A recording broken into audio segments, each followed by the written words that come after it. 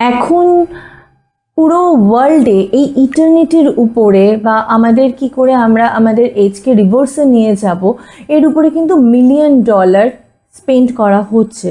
তার মধ্যে Jeff Bezos, Sam Altman, Peter Thiel, Larry Ellison তারা কিন্তু প্রচুর ডলার এর পিছনে খরচ করছে শুধু এটা বোঝার জন্য যে আমাদের বায়োলজিক্যাল এজকে আমরা কিভাবে কমাতে পারি বা কিভাবে আমাদের সেল, আমাদের টিস্যু, আমাদের প্রত্যেকটা অর্গানকে রিজুভিনেট করতে পারি। হ্যাঁ, এটা আপনারা বলতে পারেন যে কিছু কসমেটিক্যালি প্রসিডিউর রয়েছে, আমরা কিছু সাপ্লিমেন্ট ইউজ করতে পারি, আমরা আরও কিছু এই ধরনের জিনিস তৈরি হচ্ছে যাতে আমাদের এজকে আমরা রিভার্সে নিতে পারি। আমরা যেহেতু প্রত্যেকেই চাই যে আমাদের বায়োলজিক্যাল এজ একটা জায়গায় গিয়ে থেমে যাক এবং আমাদের মৃত্যুটাও যেন সুস্থভাবে আসে, তো এই সমস্ত কিছুর জন্য দরকার কিন্তু আমাদের টিস্যু, আমাদের সেল, আমাদের প্রত্যেকটা অর্গানকে ঠিক করে রাখা, সুস্থ রাখা।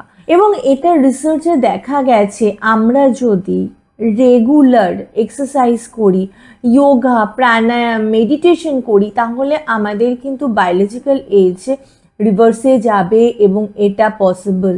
তার কারণ আপনি আপনার ইমোশনাল, ফিজিক্যাল এবং হরমোনাল ব্যালেন্স যদি প্রপার রাখতে পারেন তাহলে কিন্তু আপনার অর্গান, আপনার টিস্যু, আপনার প্রত্যেকটা সেল কিন্তু রিজুভিনেট হবে। এটা দেখা গেছে যে আমি যখন প্রাণায়াম বা মেডিটেশন করব বা আমি কোনো রকম হিলিং প্রসিডিওরের মধ্যে দিয়ে যাব তখন আমার কর্টিসল কিন্তু কমবে, আমার স্ট্রেস লেভেল কমবে এবং এর ফলে কি হবে, আমাদের প্রত্যেকটা অর্গান কিন্তু ভালো থাকবে।